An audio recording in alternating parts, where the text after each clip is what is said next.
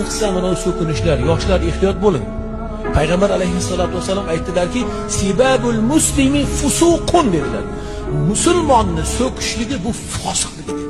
Allohni g'azabiga keltiradigan, Allohni rozi qilmaydigan, Rasulullohni xafa qiladigan, mu'minlarni xafa qiladigan so'z bu og'zingizdan chiqmasin. Qanaqadir bir haligi musulmonni og'zidan chiqmaydigan gaplarni gapirganlarda o'sha vaqtda qaytaramiz. O'y, birodar, bu tilingiz bilan siz Qur'on o'qiysiz, ehtiyot bo'ling. Unda Qur'on sizning qalbingizga kirmaydi.